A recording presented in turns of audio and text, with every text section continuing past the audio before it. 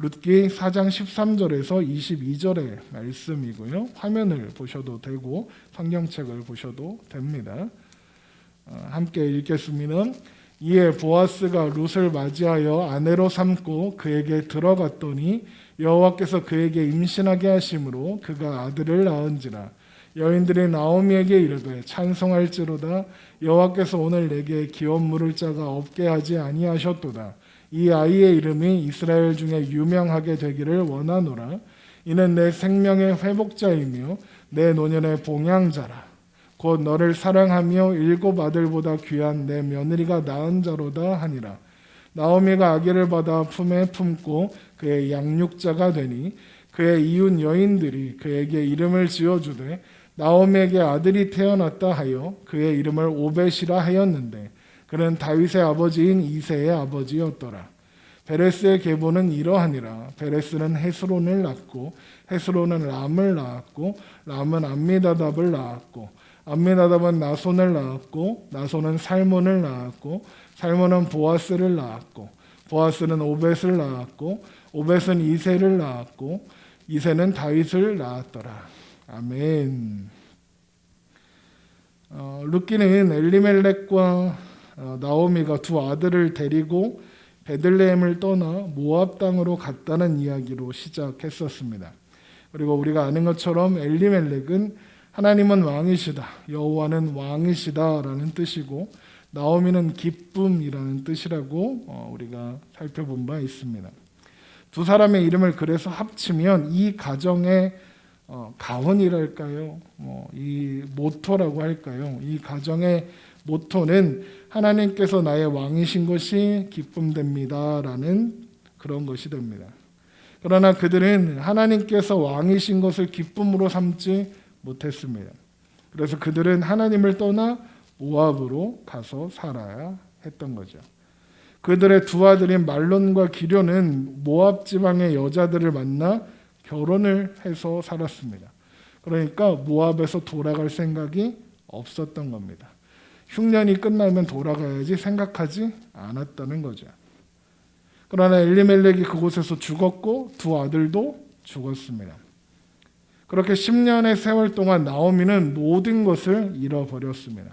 그리고 엘리멜렉의 기업이 끊어지게 되었죠. 나오미에게는 이제 두 며느리만 모압에서 얻은 모압 여인들 두 사람만 남았습니다. 결국 나오미는 살 방법을 찾기 위해 살기 위해 고향으로 출발을 했죠. 나오미는 고향으로 돌아가면서 이웃들과 친족들의 도움을 받아야만 살아갈 수 있는 자신의 처지를 정확하게 알았습니다. 그래서 돌아가는 길에 두 며느리들을 집으로 돌려보내려고 했죠. 두 며느리가 따라가봤자 고생만 할 뿐이고 또한 자신에게도 득이 되지 않을 거라 계산한 결과였습니다. 그러나 두 며느리는 나오미를 떠나지 않겠노라 매달렸습니다.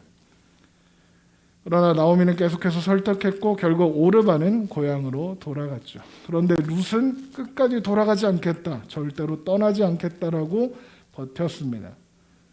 룻은 고향으로 돌아가는 것보다 나오미와 함께하는 것이 더 좋다고 생각했기 때문이었죠. 그러나 그것은 룻이 어떤 사정이 있었다, 이것 이전에 룻의 걸음을 붙잡으시고 그 걸음을 인도하신 하나님의 섭리가 있었기 때문이었습니다. 그렇게 고향으로 돌아온 나오미는 사람들의 수군거림을 받으며 자신의 삶을 한탄했고 그래서 하나님을 원망했습니다. 룻기 1장 20절의 말씀입니다. 나오미가 그들에게 이르되 나를 나오미라 부르지 말고 나를 마라라 부르라. 이는 전능자가 나를 심히 괴롭게 하셨습니다. 내가 풍족하게 나갔더니 여호와께서 내게 비어 들어오게 하셨느니라.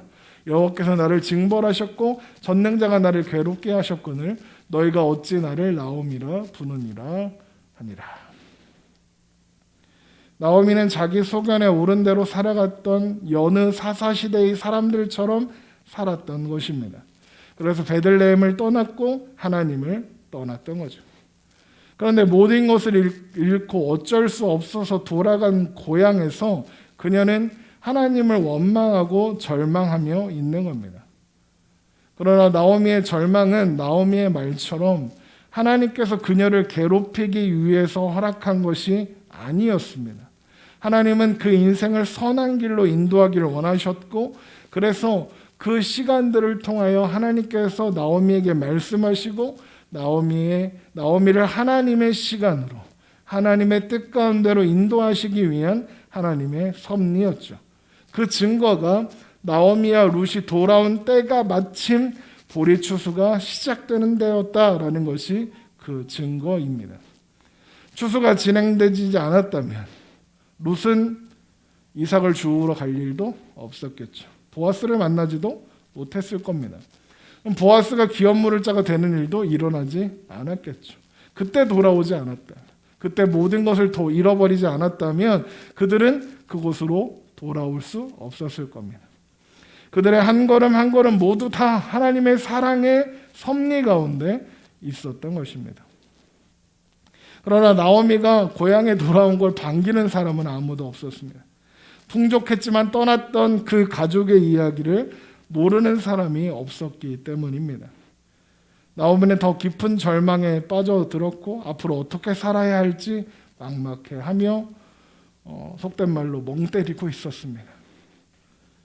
그런데 그 곁에 있었던 그 모습을 지켜보고 있는 룻은 그냥 마냥 그렇게 있을 수는 없었습니다. 살아야 하니까요. 그래서 룻은 낯선 곳에 적응하기도 전에 살아가야 한다는 절실함으로 이삭을 줍기 위해 나섰습니다. 그런데 룻이 마주한 현실도 그렇게 호락호락한 것은 아니었죠. 룻이 이삭을 줍는 것을 허락해주는 밭이 없었기 때문입니다. 그래서 룻은 이 밭 저 밭을 헤매다가 그렇게 애를 써보다가 그러다가 우연히 도착한 곳이 바로 보아스의 밭이었습니다. 보아스는 평소 추수를 관리하는 사원에게 이삭을 줍고자 하는 사람들을 막지 마라, 허락해 주어라 라고 했던 사람이었고, 그런 너그러운 사람이었고, 그 덕에 이삭을 줍게 해달라는 요청을 받은 사원은 흔쾌하게 이삭을 주어라 라고 허락해 줄 수 있었습니다. 그렇게 룻이 우연히 보아스의 밭에 가서 이삭을 열심히 줍고 있을 때 마침 보아스가 그 밭에 도착을 했습니다. 그것이 보아스와 룻의 첫 만남이었죠. 그들의 만남은 우연과 마침이었습니다. 그러나 그 모든 우연 가운데 인도하신 하나님의 섭리하심의 결과였다. 우리가 말씀을 통해서 확인했습니다. 그렇게 우여곡절이 있었고 그리고 그렇게 둘은 결혼을 했습니다. 그리고 하나님은 룻의 태를 여사 아이를 임신하게 하셨고 때가 참에 아이가 태어났습니다. 룻기의 시작이 어떻게 됐죠? 죽음과 절망의 이야기로 시작되었습니다. 그런데 이제 이 끝에 와서 새로운 생명이 탄생했다는 이야기로 마무리가 되고 있는 것입니다. 룻기 4장 13절입니다.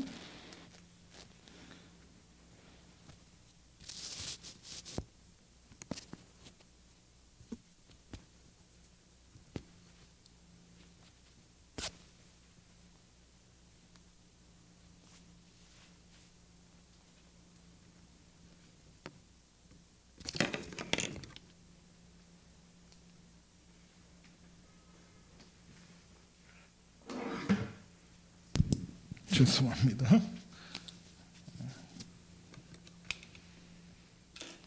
이 마스크가 있으니까 이 마이크 똑같네. 마이크가 좀 불편해서 마이크를 좀 바꿨습니다. 룻기 4장 13절입니다.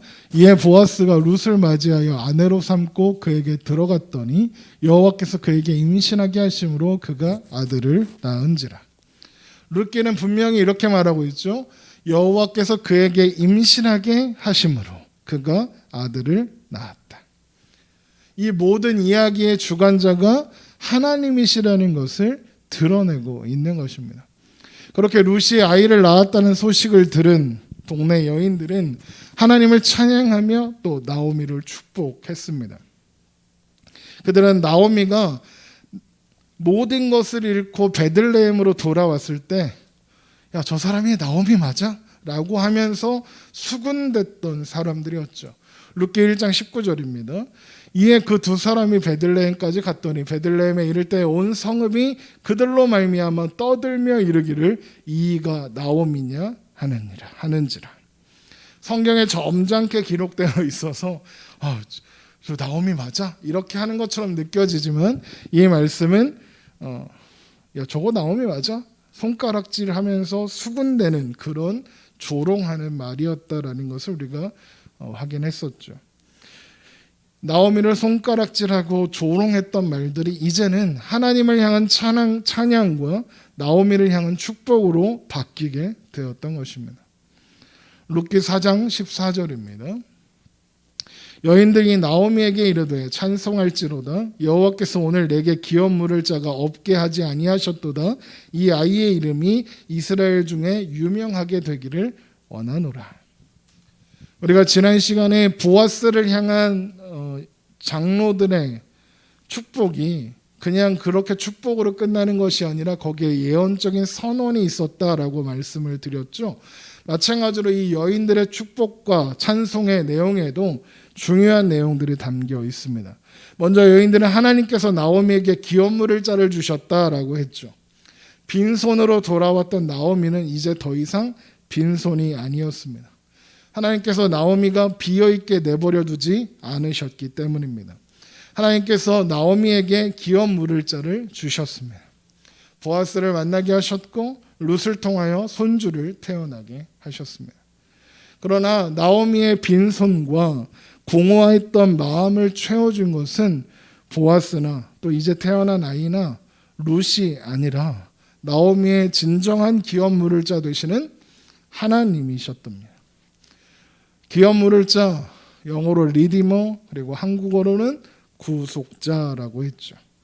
나오미는 모든 것을 잃고 자신을 말하라, 쓴물이다 부르며 절망했습니다. 그러나 그녀는 단 한순간도 나오미가 아니었던 적이 없습니다. 나오미는 볼 수 없었으나 느낄 수 없었으나 하나님은 언제나 나오미의 모든 것이 되어 주셨습니다. 나오미는 하나님을 떠났지만 하나님은 나오미를 떠난 적이 없으셨습니다. 하나님은 그녀를 향한 사랑을 한 번도 쉬지 않으셨습니다. 나오미의 가장 어두운 시기에도 하나님은 일하셨습니다. 결국 하나님을 향한 불평과 원망 그리고 절망과 불안이 변하여 기쁨의 찬송이 되게 하신 것입니다. 또한 여인들은 이 아이의 이름이 이스라엘 중에 유명하게 되기를 원하노라 라고 했습니다. 아마 여인들은 일상적인 축복을 했던 것일 겁니다. 이제 태어난 손주가 잘 되길 바랍니다 라는 그런 의미겠죠. 그러나 이제 태어난 아이의 이름은 실제로 지금까지도 기억되고 있습니다. 그리고 아마 영원히 기억될 겁니다. 그 이름이 온 세상의 구원자 되시는 예수 그리스도의 계보에 기록되어 있기 때문입니다. 아마 주님 다시 오시는 날까지 모든 사람들의 입에서 오르내릴 것이며 이 이름이 또 주님 다시 오셔서 우리가 하나님 나라에 입성하더라도 그 이름은 영원히 남게 될 것입니다. 마태복음 1장 5절입니다. 살몬은 라합에게서 보아스를 낳고 보아스는 룻에게서 오벳을 낳고 오벳은 이새를 낳고 이새는 다윗왕을 낳으니라. 여기에 룻에게서 오벳을 낳고라고 했죠. 이 이름은 영원히 기록될 겁니다. 여인들은 계속해서 이제 태어난 아이가 나오미의 생명의 회복자이며 노년의 봉양자가 될 것이다 라며 축복했습니다. 룻기 4장 15절입니다. 이는 내 생명의 회복자이며 내 노년의 봉양자라 곧 너를 사랑하며 일곱 아들보다 귀한 내 며느리가 낳은 자노라 하니라. 이제 태어난 아이가 나오미의 집안의 대를 이어주고 잃어버렸던 소망을 회복시켜 줄 것이며 늙은 나오미를 보살펴 줄 것이다. 이런 의미입니다. 또한 나오미는 아이를 낳은 룻을 일곱 아들보다 귀한 며느리라고 칭찬했습니다. 어떤 목사님들이 이 말씀을 가지고 이런 며느리가 되어야 한다 이런 설교를 하는 걸 본 적이 있는데 그런 의미라기보다는 이스라엘 사람들은 숫자마다 고유의 의미들을 붙여서 이렇게 표현을 합니다. 그래서 일곱 그러면 완전하다, 가득 차다, 아주 많다. 그래서 하나님의 숫자라고도 불립니다. 그래서 7 아들보다 귀한 룻이다. 이건 나오미가 룻을 통해서 가득 채워졌다. 우리가 그 시험 볼 때 100점인데 아니면 400점인데 만점 이렇게 말하잖아요. 그거랑 똑같은 표현이 7입니다. 그러니까 나오미의 삶이 가득 찼다 이런 뜻입니다. 룻을 통해서 가득 채워졌다 이런 뜻이지만 나오미의 삶을 가득 채워주시고 풍요롭게 하여 주셨으며 잃어버린 소망을 회복시켜 주시고 이제 나오미를 영원까지 보살펴 주실 분이 우리는 하나님이시라는 것을 알고 있습니다.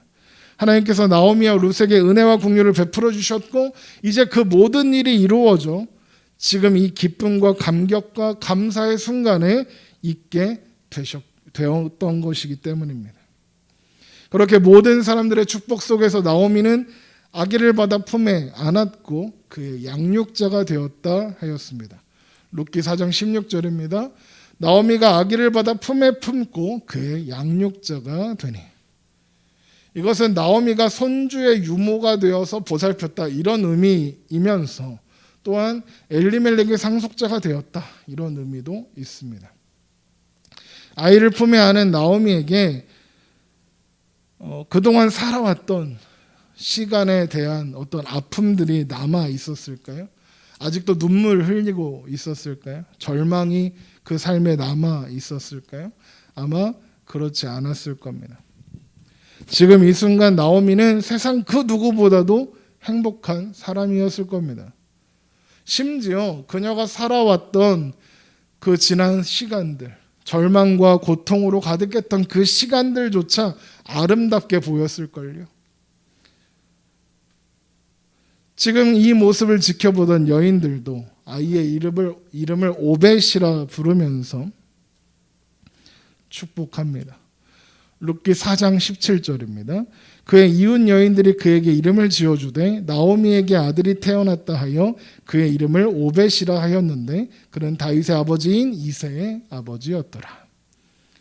오벳은 섬기는 자라는 뜻입니다.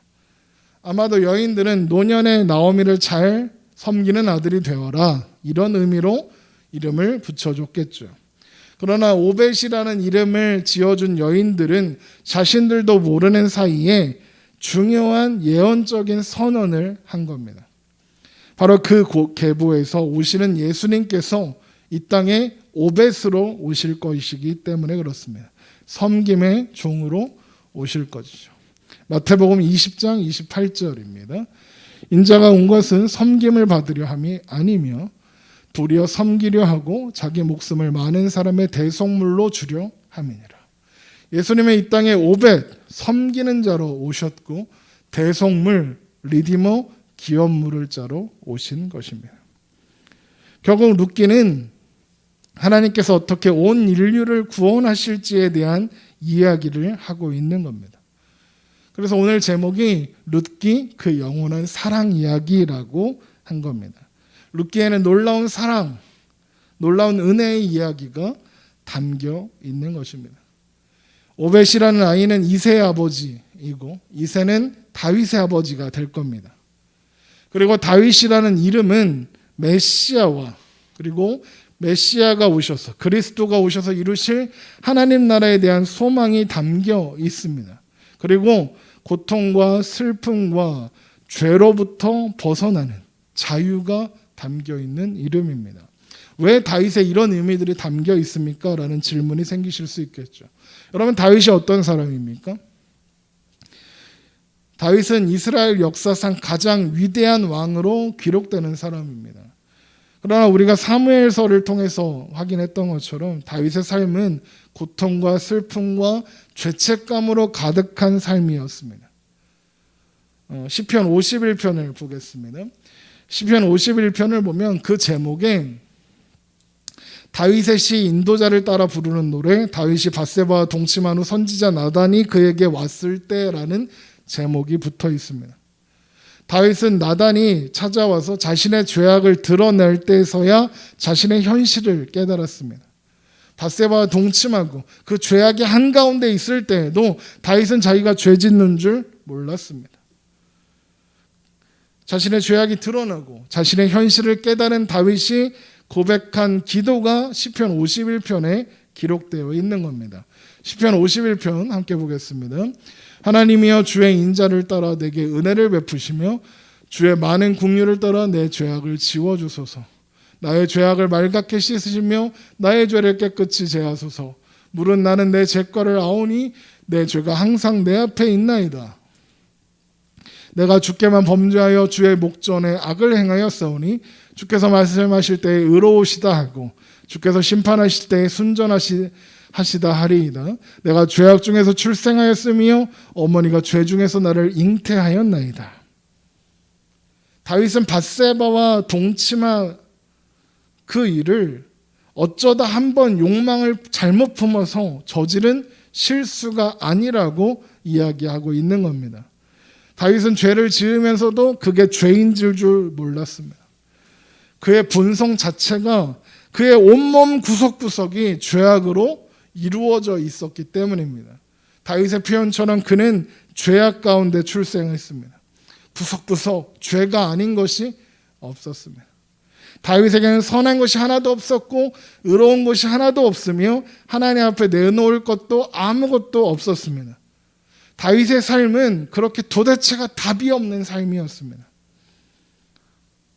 그러면 다윗에게는 소망이 없을까요? 그렇지 않습니다. 시편 51편 16절입니다. 주께서는 제사를 기뻐하지 아니하시니 그렇지 아니하면 내가 드렸을 것이라 주는 번제를 기뻐하지 아니하시는도다. 하나님께서 구하시는 제사는 상한 심령이라 하나님이여 상하고 통회하는 마음을 주께서 멸시하지 아니하시리이다. 다윗은 상한 심령으로 두 손 두 발 들고 하나님 나는 할 수 없습니다. 나는 아무것도 아닙니다. 라고 고백하며 하나님 앞에 나아갔습니다. 그러면 다윗은 어떻게 그 상한 심령으로 하나님께 나아가면 하나님께서 자신을 용납하시고 나를 멸시하지 않을 것이다. 나의 이 죄악된 인생을 용서하여 주실 것이다. 라는 것을 알 수 있었을까요? 그걸 어떻게 알았던 걸까요? 그것은 하나님께서 이 이전에 밧세바 사건 이전에 다윗에게 아주 중요한 약속을 한 가지 주셨기 때문입니다. 그 약속의 날은 다윗이 하나님을 위해 성전을 짓겠습니다 라고 했던 날로 돌아갑니다. 하나님은 다윗이 성전을 짓겠다고 하자 다윗에게 야 내가 언제 성전 지어달라고 했냐? 내가 언제 집 필요하다고 했냐? 출애굽 때부터 이때까지 내가 장막에 거야 했다. 텐트에 거야 했다. 그런데 내가 너희한테 집 지으라고 한 적 있느냐? 집 지으라고 어느 지파 어느 누구에게 그런 요구를 한 적이 있냐? 없다. 왜? 나는 어디에 있으라 어느 집에 거하는 존재가 아니기 때문이다. 그러면서 하나님께서 다윗에게 말씀하신 내용이 뭐냐? 내가 너를 목장에서 양치는 데에서 불러 너를 왕으로 삼고 이제 내가 너에게 모든 것을 주지 않았느냐라고 말씀하셨습니다. 그리고 나서 이런 약속을 주십니다. 사무엘하 7장 12절입니다. 내 수완이 차서 내 조상들과 함께 누울 때 내가 내 몸에서 내 씨를 내 뒤에 세워 그의 나라를 견고하게 하리라. 이 말씀은 액면 그대로 보면 솔로몬에 대한 이야기인가? 라고 생각하기 쉽습니다. 그러나 그의 나라가 견고하게 되는 일은 없었습니다. 솔로몬 이후로 이스라엘은 급격히 쇠잔해 갔고 분열되었고 결국엔 다 망했습니다. 그럼 하나님의 약속이 어그러진 겁니까? 그렇지 않죠. 이 말씀은 메시아가 다윗의 씨로 다윗의 자손으로 오실 것에 대한 약속이었습니다. 그분이 오실 때 하나님 나라가 영원히 서게 될 것이다. 이 약속은 다윗이 하나님을 위해 성전을 짓겠다는 그 마음이 이뻐서 가상해서 기특해서 주신 약속이 아닙니다. 하나님은 다윗이 하나님을 모시는 것이 아니라 하나님이 다윗에게 주는 거다라고 분명하게 말씀하시는 겁니다. 하나님을 위해서 다윗이 할 수 있는 일이 있습니까? 아무것도 없습니다. 왜요? 하나님은 부족한 게 없으시니까요.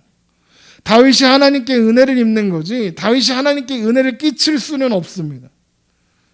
이걸 하나님께서 확실하게 하신 후에 이 약속을 주신 겁니다.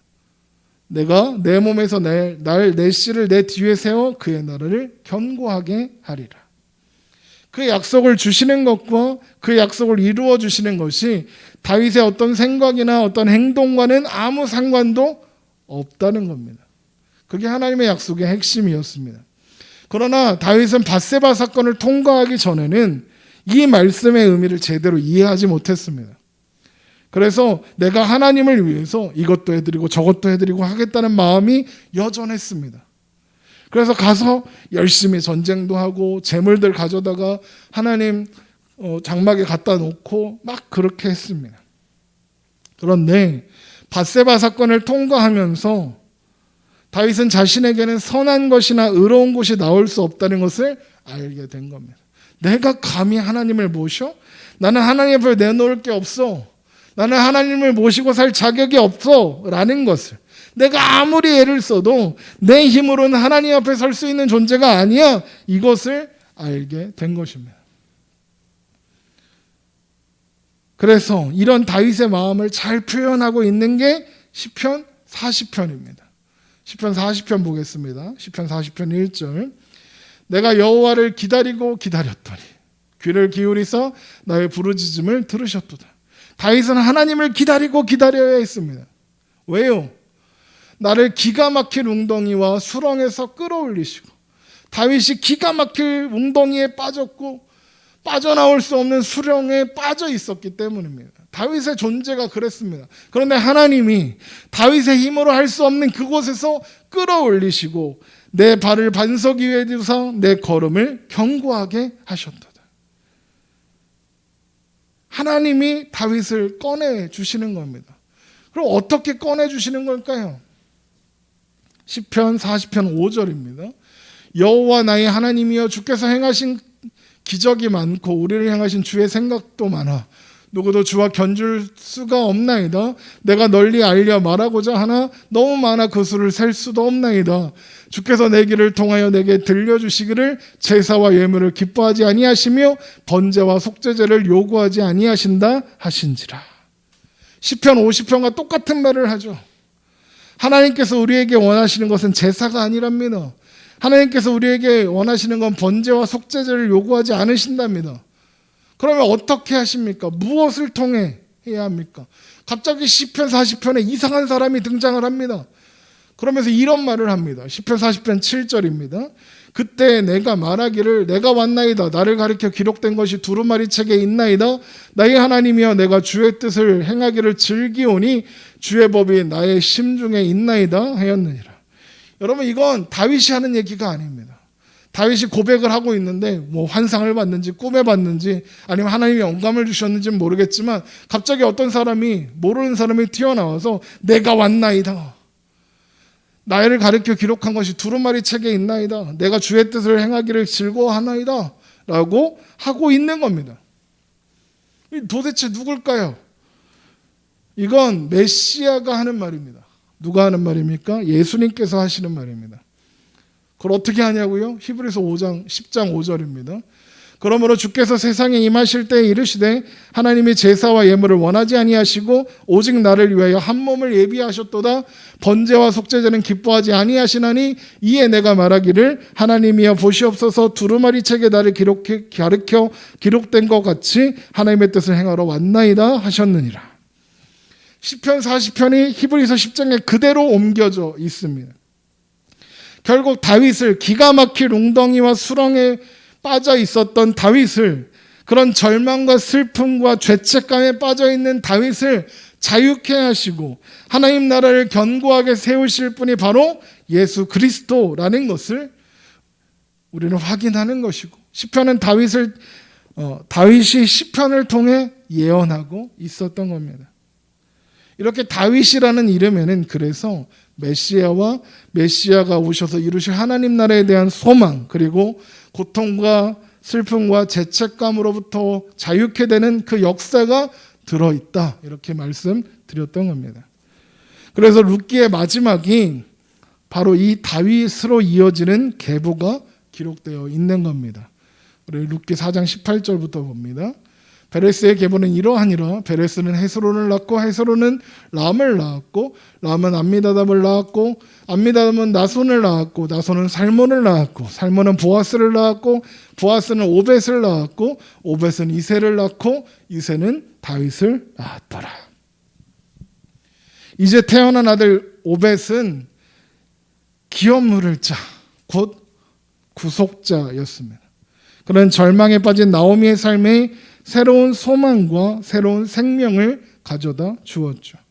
그러나 진정한 구속은, 가장 위대하고 가장 아름다우며 가장 영광스러운 구속은 그 자손으로 오신 예수 그리스도를 통한 구속이라는 것, 그것이 우리가 룻기를 통해 확인하는 내용이어야 하는 것입니다. 갈라디아서 3장 13절입니다. 그리스도께서 우리를 위하여 저주를 받은 바 되사 율법의 저주에서 우리를 속량하셨으니 기록된 바 나무에 달린 자마다 저주 아래 있는 자라 하였습니다. 여기 속량하셨으니가 바로 리디머 기업 물을 자라는 뜻입니다. 또 디도서 2장 14절 그가 우리를 대신하여 자신을 주심은 모든 불법에서 우리를 속량하시고, 똑같은 단어가 나오죠. 우리를 깨끗하게 하사 선한 일을 열심히 하는 자기 백성이 되게 하려 하십니다. 예수 그리스도가 우리의 구속자, 기업 물을 자가 되어주시는 이야기입니다. 룻기의 이야기는 그래서 하나님의 섭리에 대한 이야기입니다. 극심한 기근, 엘리멜렉과 그 두 아들이 죽음, 룻이 따라오는 것, 보아스가 등장하는 것, 그리고 오벳이 탄생하는 것까지 하나님은 그 모든 순간들을 주관하셨습니다. 나오미는 하나님께서 자신을 버렸다 생각했고 그래서 절망하기도 했지만 하나님은 단 한순간도 그녀를 떠난 적이 없으셨죠. 물론 그 삶이 순탄했다고 설명할 수는 없습니다. 순탄하지 않았습니다. 그러나 하나님이 내버려 두신 삶은 아니었던 겁니다. 우리의 삶 또한 그렇습니다.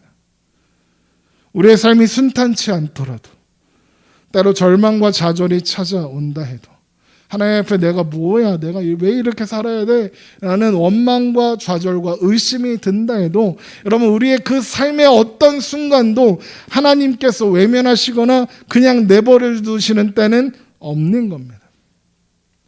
하나님은 우리를 가장 최고의 것을 주시기 위하여 언제나 하나님의 열심으로 일하고 계시는 분이기 때문입니다. 또한 룻기는 예수 그리스도를 통하여 온 인류의 기업 물을 짜 구속자가 되게 하셔서 하나님의 백성들을 회복시키사 하나님 나라를 이루시려는 하나님의 계획에 대한 이야기입니다. 그 시간들을 살아갔던 나오미나 룻이나 보아스는 그 크고 놀라운 하나님의 계획을 알 리가 없었겠죠.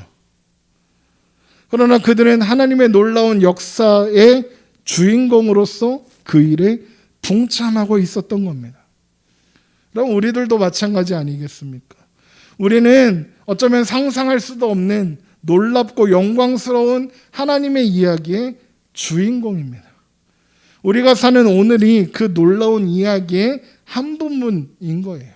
그렇다면 우리가 살아가면서 경험하는 모든 일들이 하나님께서 써가시는 대화 드라마의 한 편에 해당한다면 그때 일어나는 그 일을 기쁨과 설렘으로 기대로 살아갈 수도 있는 거겠죠.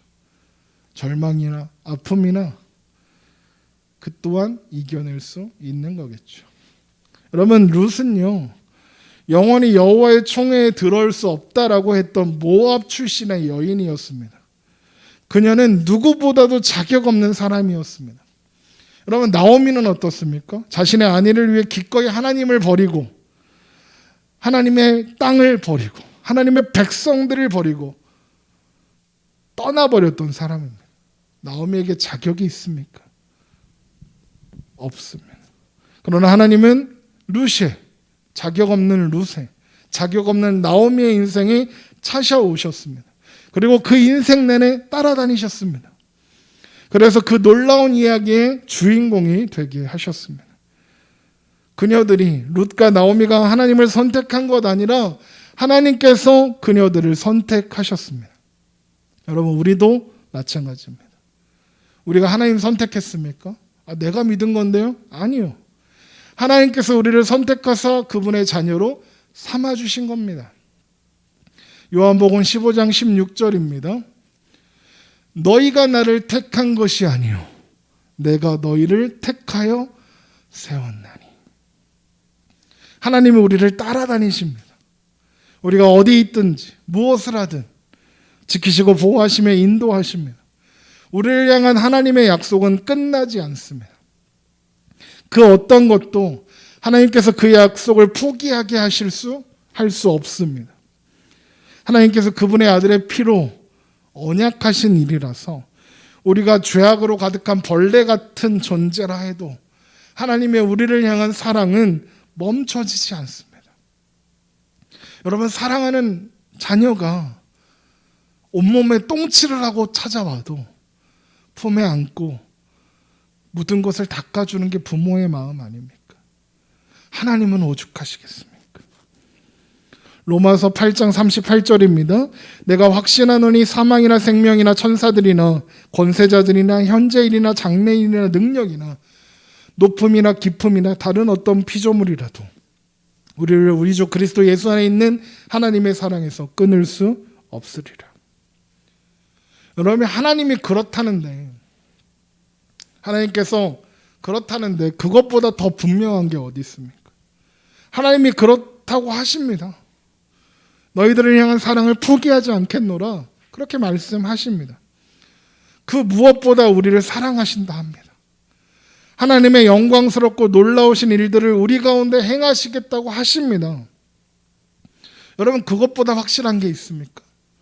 여러분, 우리의 마음은 언제든 흔들리지 않습니까? 그런데 하나님이 그렇다고 하십니다. 그럼 그런 줄 알면 되죠. 그런데 여러분, 아마도 우리는 인생을 살면서 이 약속을 수백 수천 번 의심할 겁니다. 의심 안 할 건데요. 감사합니다. 그런 결단이 필요합니다. 그러나 여러분, 저도 자주 의심합니다.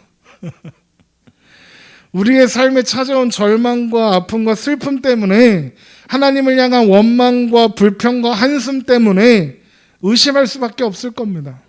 의심하지 않고 믿음으로 잘 버티면 더 좋겠지만, 우리 인생에 찾아오는 회의는 어쩔 수 없을 때가 훨씬 더 많으니까요. 그러나 여러분, 기억하십시오. 우리가 의심하고 불평하고 원망하는 그 순간에도 우리는 하나님의 손 안에 있습니다. 우리가 느낄 수 있든 느낄 수 없든 그건 중요하지 않습니다. 하나님은 우리의 선을 위해 단 한순간도 쉬지 않고 일하시는 분이시기 때문입니다. 그리고 하나님은 반드시 우리 인생의 어디쯤에 오늘의 한숨을, 오늘의 아픔을, 오늘의 절망을 설명해 주실 겁니다. 그 눈물을 닦아주시며 수고했다, 애썼다, 잘 버텼다, 고생했다 위로해 주실 겁니다. 물론 어떤 것들은 우리가 이 땅에 사는 날 동안에는 설명되지 않는 것들도 있을 수 있습니다. 그러나 이 땅에서 우리의 삶을 마치는 날, 우리의 아팠던 마음, 절망했던 현실이 모두 다 설명되고 나오미의 기쁨의 고백처럼 기쁨과 감사로 바뀌게 될 것입니다.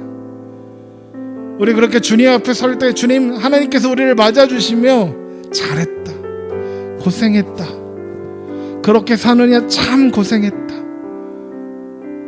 고군분투해줘서 고맙다 말씀하실 겁니다. 아마 우리는 그 앞에서 이런 말을 할 겁니다. 맞아요, 하나님, 저 너무 힘들었어요. 저 너무 힘들었어요. 그런데 하나님, 제가 뭐 한 게 없는데요. 전 너무 부끄러운데요. 매일 실수하고 넘어졌는데요. 저는 당신을 매일 의심했는데요. 하나님, 저는 그런 말을 들을 자격이 있는 사람이 아닙니다 라고 이야기할 겁니다. 그때 하나님은 우리의 눈물을 닦아주시며 말씀하실 겁니다. 아니, 충분히 잘했다. 너가 그곳에서 그렇게 버티고 있었던 것만으로도 충분하다. 그렇게 말씀해 주실 겁니다. 여러분, 우리의 인생은 단 한순간도 그냥 비어있지 않습니다. 때로 우리의 오늘이 때로 텅텅 비어있는 것처럼 느껴질 수 있습니다. 그러나 우리는 하나님으로 가득 채워져 있는 존재들입니다. 우리의 삶은 하나님의 놀라운 사랑 이야기가 쓰여져 가고 있는 그런 날들입니다. 여러분, 이것을 기억하고 하나님을 바라보며 오늘도 소망 가운데 살아내는 우리가 되기를 주님의 이름으로 축원합니다. 기도하겠습니다.